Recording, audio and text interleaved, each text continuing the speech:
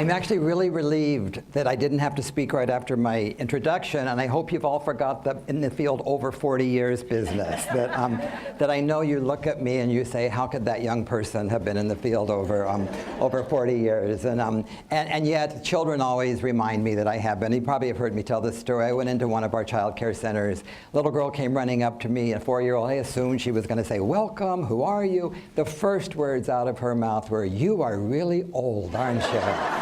And I had to agree, yes, I am really old. Some of you, I know a lot of you out here, and some of you know that I have, for the same amount of time I've been working in the field, I've been teaching Sunday school at a large church in Pasadena, and I now have many children whose parents were my preschoolers, and so that I've done it a few years. One quick story I like to tell when I'm sort of like feeling bad about this is that when I was teaching many years ago at a school called Salvin in Los Angeles that had a lot of acclaim around some mainstreaming programs, that I had a wonderful little boy named Aris who I loved, and he was a 3-year-old, and he was a child with disabilities and a lively, wonderful child, and so that while I was teaching and a young teacher, I always had a mustache. I had a mustache for about 15 years of my life.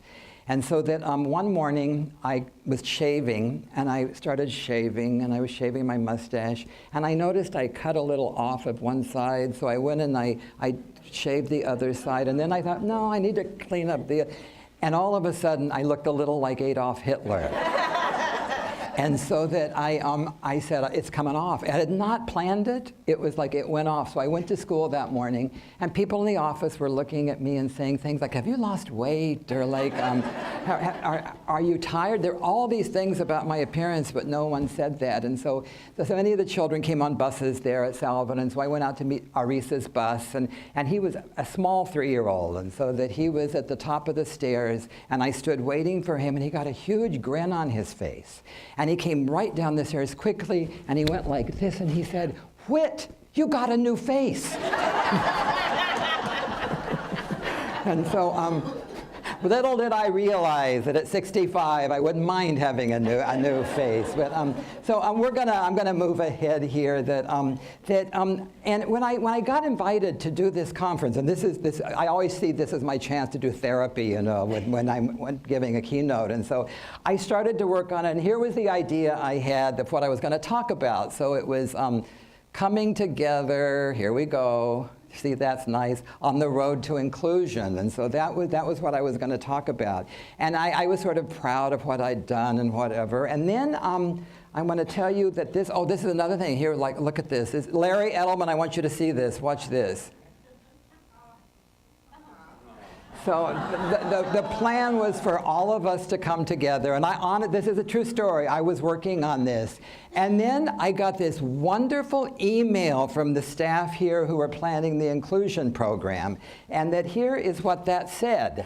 I copied this. This is what I got. I was moving ahead, and it said, all materials and content presented by presenters should not infringe or violate any copyright, trademark, patent, or intellectual property rights of any person or entity, nor should they promote or endorse any specific product or service. I called my best friend when I got this and said, you know, I have never had an original idea in my life. And that is the truth. I look around this room right now. Lisa Kaufman, I copy her stuff practically every day. Linda Brault, I've used all of her stuff, you know, all the time. Sharon Walsh, all of these people, I've stolen all of their stuff. I mean, it's borrowed, I guess. And so this is me, like, I'm panicked about this presentation and realizing that all the things I was going to say I had stolen. I mean, so then okay, so this cartoon came to my mind as I was seeing this. Our leader doesn't know where he's going, pass it on. And so that I honestly thought, what am I going to do that if I'm going to not infringe on any other one's sort of information? So this is me, I'm worried. And then Whit has an idea to save his neck, and it's to make lemonade out of lemons. So I retitled my presentation, and this is what I'm going to talk about. Lessons friends have taught me. And I have,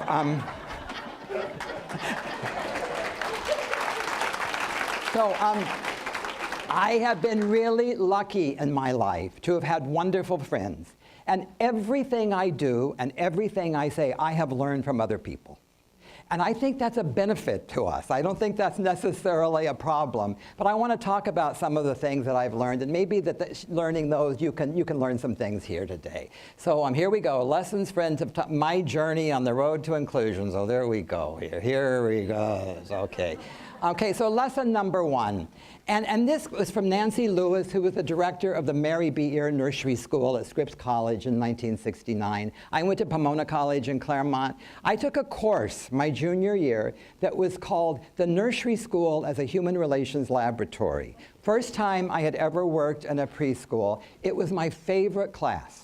It was my favorite class. I just loved it. We had worked 1 day a week in the nursery school and then had 2 lectures a week. It was really, really wonderful. And I enjoyed it. And at the end of the year, I had a conference with Nancy. And Nancy sat down with me and she said, Whit, I think this is something you should think about pursuing seriously in your life. And I had never thought about that kind of work. And suddenly I thought, here's this thing I have done that has brought me so much joy, and someone is saying to me, you're good at it. And so this first lesson I learned is that mentorship matters. And so as we're moving ahead, and one of the things I hear people moan about the next generation, and and the quality of instruction out there. I am so hopeful about the next generation. In LA right now, I'm mentoring 3 young women who I am so proud of. Bergen Nelson is a young pediatrician at UCLA. Kim Batillo-Brownson is an attorney at the Advancement Project. And Helen Chavez is a social worker in the Office of Child Care. And these 3 women look to me as a mentor, and they're wonderful young women, and they're going to do such a better job than I've done. And so that, folks, I encourage you, as we talk about your work, to be looking out for people you can mentor. You know, we talk a lot about coaching, and I think we always need to be looking at opportunities to do that, not just in formal settings, but with those people you work with every day. And so then lesson 2 came from this woman. I think some of you know this woman, and she was my first boss, and her name is Bea Gold. And Bea was one of the first presidents of the Division of Early Childhood, and Bea hired me back in 1972 in what was then called a reverse mainstreaming program at Salvin School. And Bea changed my life. And she continues to change my life. She is a wonderful woman. And Bea taught me, which is probably the most important lesson I ever learned, and that is that children are more alike than different. She taught me that lesson, but at the same time, all children have unique and individual needs. And Bea held that, and what Bea taught me was that we have to hold on to those 2 principles at the same time. And I think that what we talk about when we talk about inclusive programs, I really do think that my original work was in child development, and I think I had a very strong educational foundation on more alike than different. But if we look at our programs, a lot of people in special ed, they had a really wonderful background on individual needs. What we know in inclusive programs, you gotta have both. And you've got to hold on to them all the time at the same time. With every classroom, with every child, you're acknowledging their likenesses and you're talking about their differences. You know, it's so interesting in the field of K-12, differentiated instruction was kind of a bad term, and now we're all using it. And we should have been using it all along. And so that's what inclusive practice is about. It's about knowing the needs of all children and differentiating to meet the needs of each child. So here we go, lesson 3 here. And these are 2 friends of mine who I'm very lucky to know, Sue Bredekamp and Carol Koppel. And they were the authors of something called Developmentally Appropriate Practice, which has kind of become the Bible of early childhood.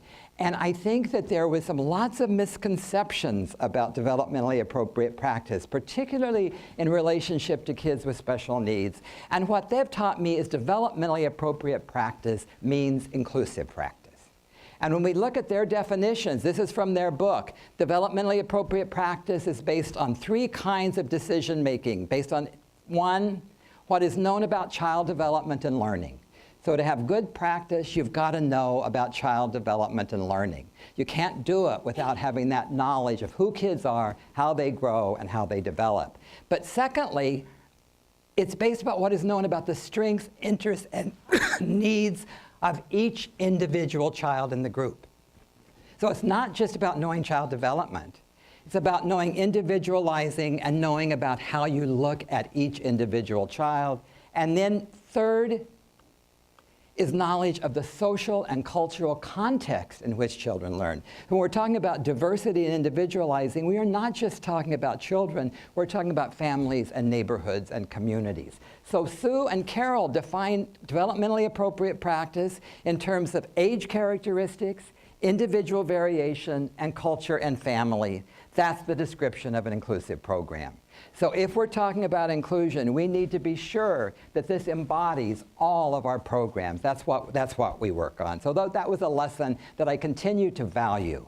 Now, lesson number 4 came from these two women who are dear friends of mine, Diane Dodge and Laura Kolker, who are curriculum writers. And I'm very careful here. I'm not infringing. I'm not mentioning any particular curriculums here. But they're curriculum writers and very dear friends of mine. And what they taught me is high-quality curriculum is inclusive curriculum. And so that we cannot talk about, if you're talking about curriculum adoption, and you're thinking, oh, we'll adopt a curriculum over here, and then we'll think about what we do for our special needs kids. That's not inclusive curriculum. We need to look at curriculum that's for all children. And so that, and by the way, folks, when you look at IDEA, it keeps talking about the general curriculum. So that what we're talking about is how are we getting our kids access to and modifications to the general curriculum. Now I can preach what I want to. I do not believe in early childhood special education curricular materials. That's not a curriculum. We have special things we can use to help us, but curriculum is this curriculum that IDEA is telling us in terms of the general curriculum. And this is a quote from Diane and Laura that I like. It is the practical application of the philosophy that recognizes, values, and plans for differences in how children develop, the rate at which growth occurs, and the individual life experiences that children bring to the program. That's for every child. That's what we need to respect and do for every child. The child with a disability, the child who is gifted, needs the approach of this individualizing. Okay, and folks, the good news is we have wonderful curriculum frameworks in the state that acknowledge that we know they are for all children. These are not curriculum frameworks for just typically developing kids. This is frameworks for all kids. And I appreciate the work that's been done by our departments in creating these high-quality materials. Okay, lesson 5. I'm going to get through these lessons here, folks. Lizbeth Vincent, and I've got to tell you something. This is not Lizbeth. And she hates to be photographed. It is so interesting when you go look online and look at all the conferences, she hates to be photographed. But Lizbeth Vincent taught me a very important lesson. And in the story, Lizbeth was a visiting professor at Cal State LA, and that she was assigned to do a lot of work with our school district. And so she was consulting with me in my program. And I'm just going to be honest, we had a lot of debates. Lizbeth is a dyed-in-the-wool behaviorist. Whit is a dyed-in-the-wool constructivist. And so that we would have all these debates, and through those debates, we grew to care about each other and love one another. And so Lizbeth was helping me in my classroom. And I had a little boy who was a definite runner. And so that, of course, we also were in a room that was in a bungalow at the far end of the campus. And so that we would have to walk out to the front of the school. And this little boy who was a definite runner was also the little boy who most definitely did not want to hold my hand. It just went like that. And so Lizbeth was in my classroom one day, and she said, let me try something. And so she went over to the little boy and she said, okay, today, you're going to hold my right hand or my left hand? And he looked at her and he thought, and then he grabbed a hand. And so that what that taught me, first of all, I think, oh, that's just one of your behavioral tricks, Lizbeth. That's just one, you know. And then I started thinking about it. What we know about child development is how it is a drive toward independence and choice in life. To be powerful. We all want to be powerful, and this little boy wanted to be powerful. So what Lizbeth's strategy did was recognize his desire to be powerful, but our need for him to walk to the bus. And so one of the things I say to us, and I think especially as we look at inclusive programs, is appropriate behavioral strategies are rooted in solid child development theory. And I know there's some behaviorists out there that I think do things that are not rooted in solid child development theory. But Linda, you're a perfect example. I look at you. The successful work is behavioral stuff that's rooted in good child development theory. So I so appreciate that lesson. And I'm not so dyed in the wool now. Lizbeth also helped me understand as a constructive as all the behavioral things I did all day long. You know, she'd watch me, and then we come together in that in an inclusive program. Next lesson, lesson number 6, Ruth Pierce, who is the founding director of the Therapeutic Nursery School at Cedars-Sinai Hospital, and was a brilliant woman, founding president of the Association of Child Development Specialists, a very strong mental health background. Ruth was consulting on a program that I was working in for children who came from abusive and negligent homes. And I was a young teacher. And that Ruth would come once a week to observe my classroom. And that I would always save my best activities for the day she was there. She was a big woman, powerful, and that I wanted to impress her. And so I'd save the best art activity and the best story to make sure things looked good. And normally, you know, she would come and observe, and then we would have lunch together, and she'd tell me her observations. And so one week she came, and all hell broke loose. You know, the kids were fighting over here, and no one liked the activities, and pulling hair, and I was getting more and more embarrassed. I found my face getting redder and redder, and trying to rescue things, and doing I'm actually confessing, doing one of these things where you go up to children and say, "You want to play with that, don't you?" I mean, it was like, please do not report me, but it was like probably harder grip than I needed to have. And so finally, I realized that it wasn't going to work. So I went over and I flipped the lights, and I said, "Everybody to the rug." I said, "Boy, we're having a hard day. This has really been a hard day. You guys were fighting over here, and I was yelling, and it was we need to all come. Let's sing a couple of songs, and we'll read a story, and we'll get ready for lunch, and we're going to have a better day tomorrow." And so that we did, and we had lunch. The kids left, and that Ruth sat down with me, and I was waiting for her to tell me right where I went wrong. And Ruth said, "This is the best day I've ever seen here." And I was like, she had flipped her lid or something, you know. It's like, and she said, "Things fell apart, and you brought them together." She said, "It's the most important lesson that children can learn." And it changed the way I taught. And so when I saw kids fighting, it wasn't like, "Oh boy, I've got a problem here." But that's the most important thing I can do about helping them come together. And so that what Ruth taught me is that falling apart can lead to coming together. And so that in inclusive programs, I know things are going to fall apart, trust me. And so our job is not to sort of say, "Oh my God, we shouldn't have been doing this. This child shouldn't be in this program." Our job is how we bring it together. And so Ruth taught me that wonderful lesson. Now, next lesson, lesson 7, my graduates. And my graduates have taught me something. I still have graduates who I will run into because I've kept in touch with their parents. And always when I ask the graduates what they remember, not one graduate has talked about that special art activity I did, and not one graduate has said to me, "Oh, I love that story you read." Every single one of them says, "I remember you singing." And so I have come to learn the power of music in the work that we do. And that, so of course, music plays a vital role in instruction and is an important tool for inclusion. So we have to sing here, you know. Anyone who's ever heard me speak knows we sing at some point. So, so come, and here we're going to go with a way up in the sky. Here we go. Way up in the sky, the little birdies fly. Way down in the nest, the little birdies rest. With the wing on the left and the wing on the right, we'll let the little birdies sleep all through the night. They're sleeping. The bright sun comes up, the dew falls away. good morning, the little birds say. Now, a few of you got left and right wrong out there, I noticed. It was like, and the reason that you did, obviously, is I'm up here, and doing like this, and you're looking at me, which is a big teaching strategy, so I wasn't doing such a good job of teaching. And what that reminds me of is how, in retrospect, now that I hear those kids say that, I wish I'd been so much more intentional about my use of music.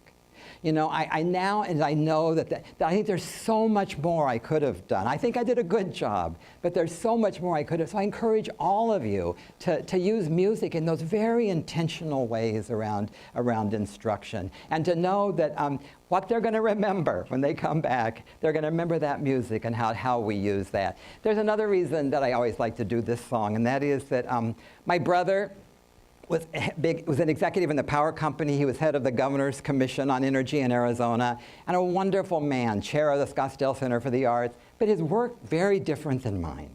And that his background was in engineering and business, and so that he came to see me do a workshop, and I did this song.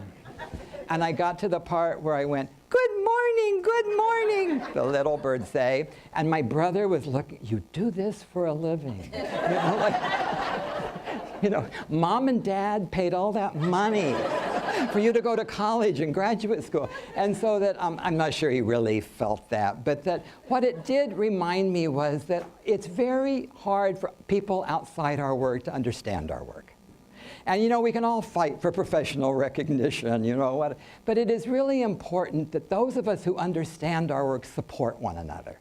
I cannot look to my brother to sit down and reflect on what I just did with that song. But I can look to all of you in the communities of practice. That's what it's about. We need to do this reflective practice with people who are in the work with us to figure out what we're doing. And so that work together and support your colleagues was an important lesson that came out of that for me as well, in terms of that it's not just singing little songs.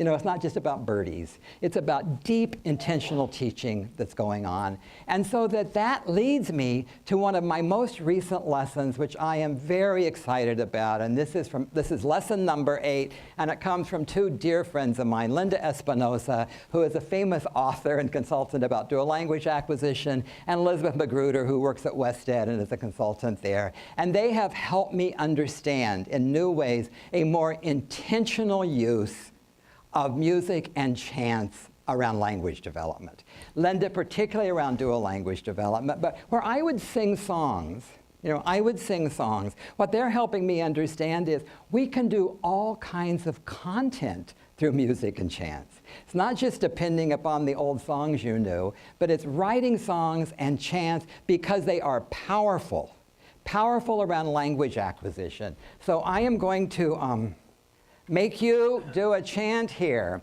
And this is one that Elizabeth wrote, but I think you're going to begin to understand this way that we take very deep content and we're using it in terms of songs and chants. And this goes to I'm a Little Teapot.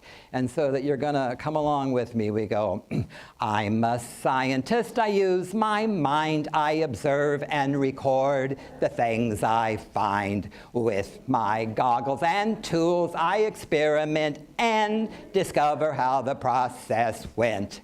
I'm a scientist, I use my mind, I observe and record the things I find. With my goggles and tools, I experiment and discover how the process went. One more. I'm a scientist, I use my mind, I observe and record the things I find. With my goggles and tools, I experiment and discover how the process went. It is amazing, folks. You'll be in a program. I've been at UCLA where they're doing this. And you will hear children out in the sandbox chanting this. And and don't kid yourself. I know some of us, especially in inclusive programs, oh my God, those are such big words. And we limit kids. Kids love those big words. And when we bring the concrete objects and the chants and songs, it is powerful what you can see. And so that Linda, and I'm not supposed to push books here, I know, but Dr. Espinosa and Elizabeth have a new edition of her book coming out that talks a lot about this topic. about using songs and chants. And folks, we have so much to help one another around issues of language delay and dual language acquisition through this. It's sort of like a good for all kids. This is good for all kids. It is especially good for our dual language learners who are such a major part of our population here in Los Angeles. Now, lesson 9, and this was from Shizuka Okazaki, who some of you know as well. Shizzy is Council for Professional Recognition, former board member of NAEYC, was on LAUP's board, and was my boss in LA Unified. And what Shizzy taught me had to do with these two silos, the general ed and special ed. That Shizzy was brought in when AB 2666 was passed years ago. Shizzy was brought in to help implement that in LA Unified, and she had been head of child development in LA Unified. So suddenly, having someone that was part of the child development division and come over to work in special ed changed my life and changed our programs.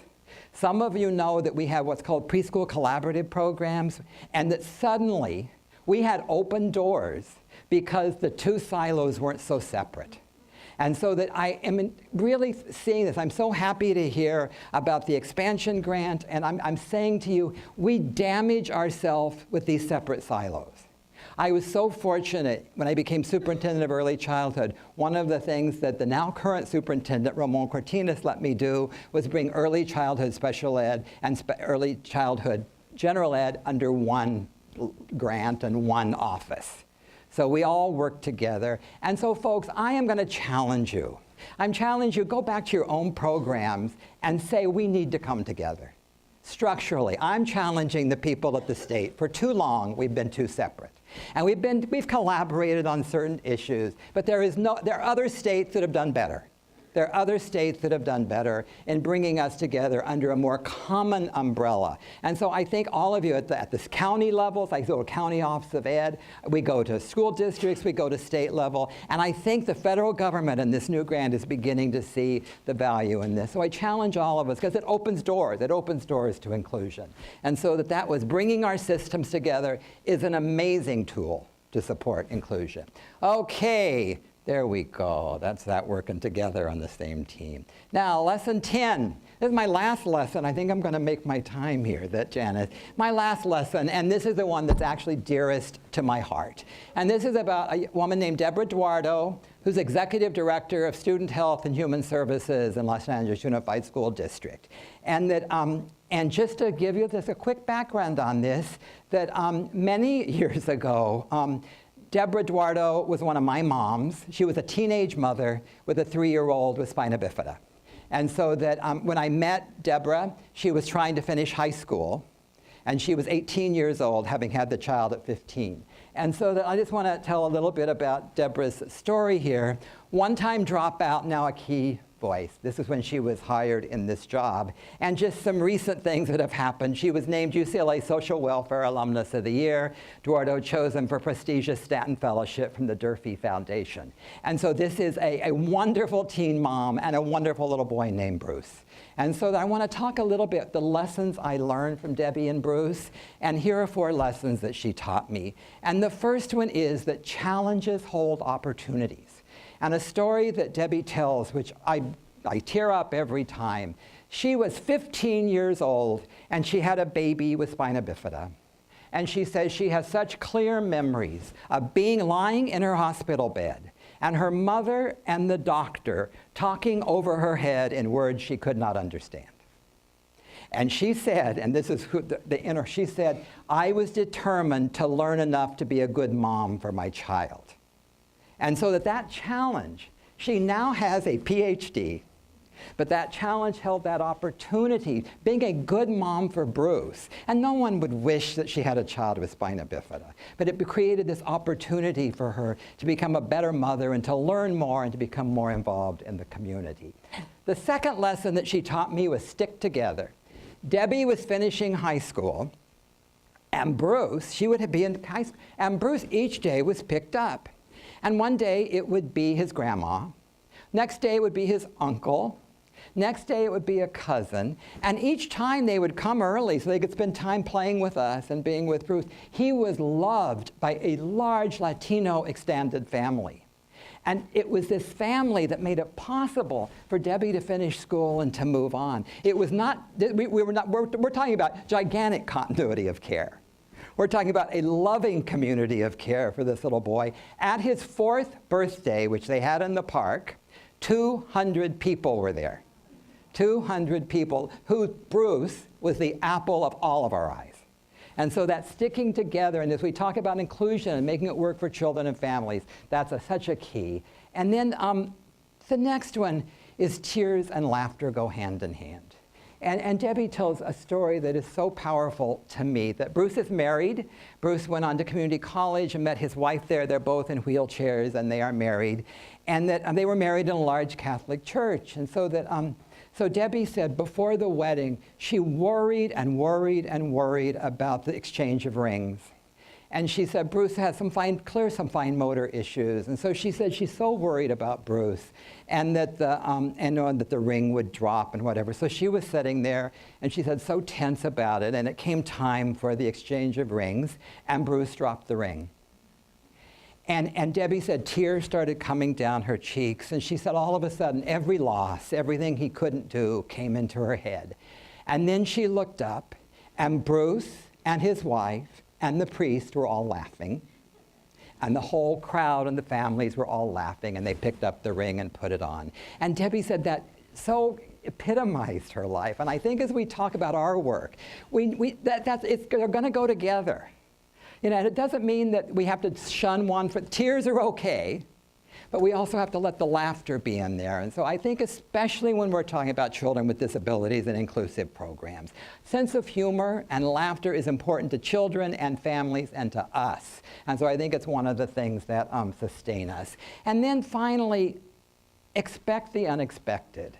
And I think as we open ourselves up, we don't know. You know, we don't know what's going to. Debbie would never have dreamed. We laugh about it. When she was that 15-year-old mom or the 18-year-old mom finishing high school, she never would have dreamed that she was going to get a PhD and be head of a huge program in the 2nd largest school district in the country. And so it is that as we begin to open ourselves up, you don't know what's going to happen.